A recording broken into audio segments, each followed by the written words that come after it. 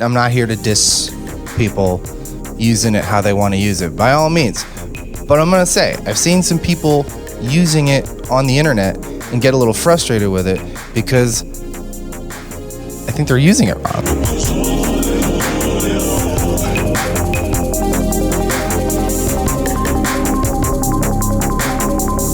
SP-404. If you've watched any of my videos before, if you've been to my YouTube channel, or if you're one of my 25 subscribers, got to start somewhere, baby, then you've seen me use it before. Used it in my last couple of videos. It's in a lot of my videos. It is a wonderful device, and it also is the source of a lot of content on YouTube. I feel like there's a solid chunk of people reviewing this thing on YouTube who aren't exactly using it right. First of all, there's a lot of amazing YouTube content on the SP-404, all the SP-404s, the Mark II, the SX, the A, the 303, the 202. Hey, a lot of it's great, but a lot of it misses the point. I think people see it as this thing with a lot of cool buttons and shiny lights and knobs, and they think they're getting one thing when they order it, and they realize that they've gotten something a little different. And because that expectation drop off makes people really sad, they feel like it's not what they wanted. If you are interested in buying this thing, if you want to buy this thing, I suggest watching this video because I'm going to explain what it's not and what it's probably best used for. So here we go. And the first thing that I think that people assume that it is, that it's not, is a DAW in a box. The SP-404 is not, I would consider, a direct competitor to something like the MPC-1. It does most certainly look like a slightly smaller version, but the limitations are such that it makes it not quite what the MPC-1 is. And don't get me wrong, I'm not saying get the MPC-1, don't get this.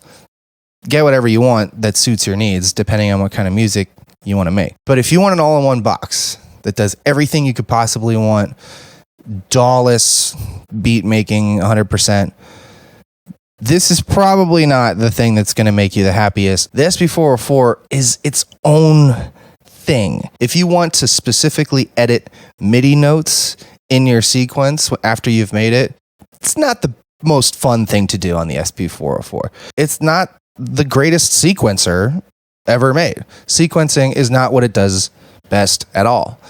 It's way better as an effect tool, as a performance tool. You want to use the pads and the knobs on it as much as possible. You don't want to be menu diving. If you want to do that stuff, just use a DAW.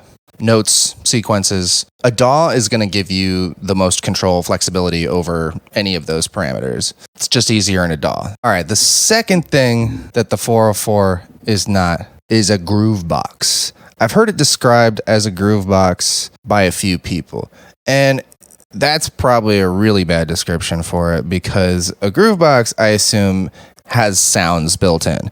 And make no mistake, the 404 does come with some preset sounds. But the idea of the whole thing is to collect a bunch of sounds, record them, resample them, add effects, and sort of grab the sounds yourself from the real world. If you take a bunch of samples and then put them on your SD card and load them onto the 404, if you're just using the 404 that way and just trying to sequence things, you're gonna probably be frustrated. You're gonna have a bad time. The third thing that the SP-404 isn't, that I hear it described as a lot, is a sketchpad. Now, look, by all means, use it that way. I don't think that's a wrong or improper way to use it at all.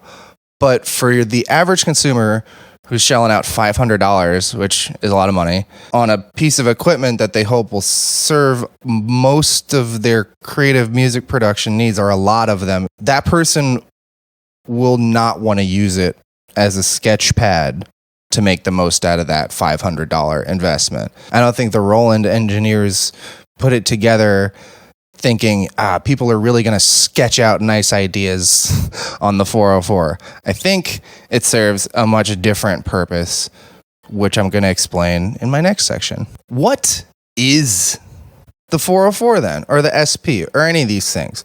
What are they? Well, the SP stands for sampler.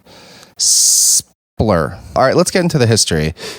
SP-404, it's had many iterations over the years. I could just Google this, but I'm using my phone for the project. It came out probably in the 2000s, I want to say, or the 90s as a Boss thing, the 202. And then they made the 303. And I'm pretty sure the 303 came out in like the early 2000s. And it was popularized by none other than the lo-fi hip-hop progenitor himself, Jay Dilla. Jay Dilla chopped up a bunch of his famous songs on the 303. And I feel like that kind of is the perfect use case for the SP and why so many people use it for that genre today. It works very well. Taking a bunch of building blocks and just kind of rhythmically slapping them together in a cool performance-based way. And the performance is the key, and I will get to that later. So it's a sampler. And what do samplers do?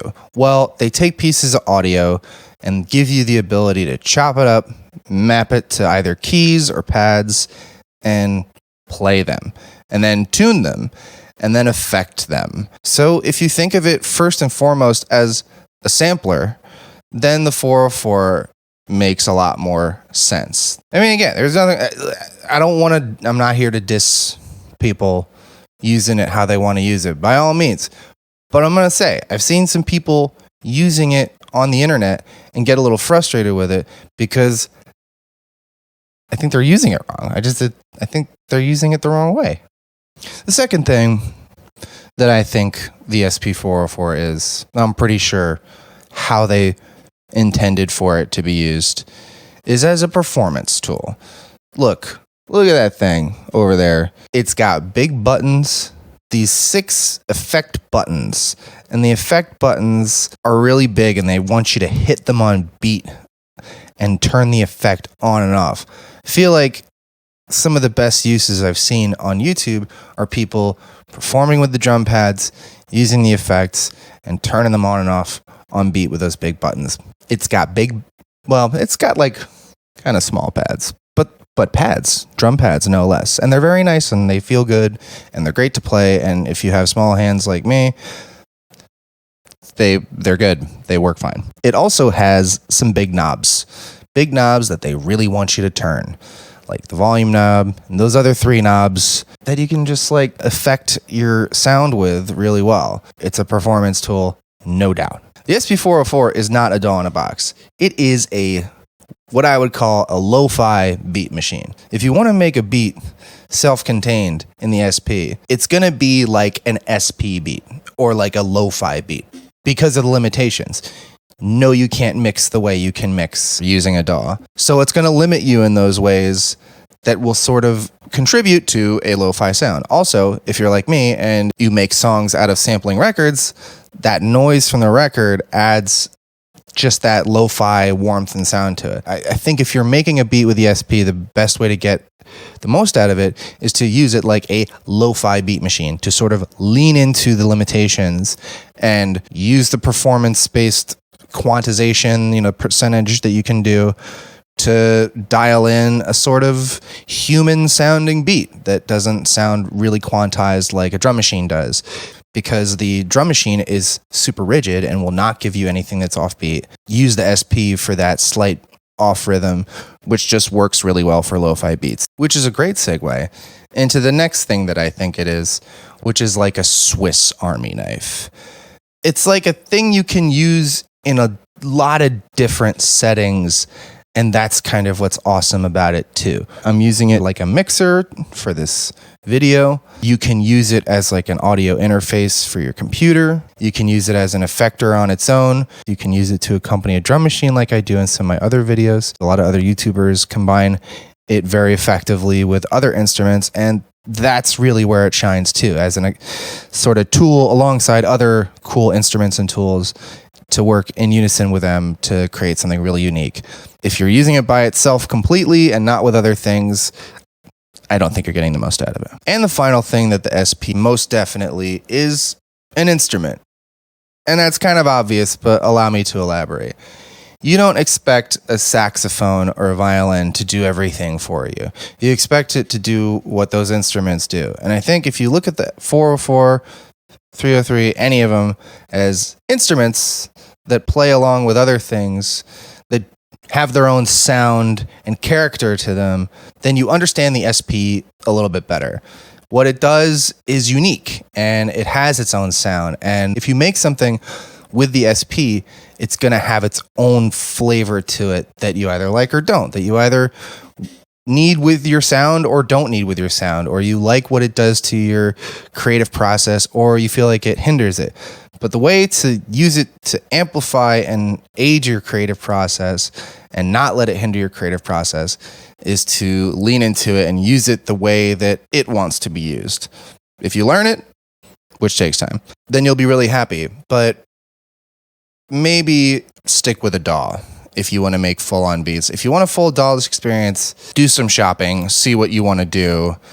Maybe the thing you need to do is just incorporate other things within your DAW to get away from the computer screen and into more knobs and buttons. Honestly, anything that does that, even a MIDI device, is going to elevate your beat making game for sure. There are also some really wonderful examples on YouTube that I want to highlight, like this. Got to give a shout out to Lionclad. This video is really sick. Nandjur and a bunch of other ones, SP Vids. There are tons of amazing channels that do great work explaining the ins and outs of this wonderful, slightly complicated device, and they create awesome music with it, and they use it how it's supposed to be used. So that's it. The SP-404 Mark II and its cousins, relatives, are samplers, lo-fi beat machines, instruments, and a few other things. If you are looking into buying it, I hope this video cleared some things up for you. If you have been using it, if you've bought it and you feel like you haven't gotten the most out of it, I hope this inspires you to pick it up again and make the most out of it, because it really is a unique, awesome tool. Yes, there's a learning curve. Yes, it's a little tricky to learn, but once you do it, it is most definitely an amazing, one-of-a-kind creative tool. So thanks for watching.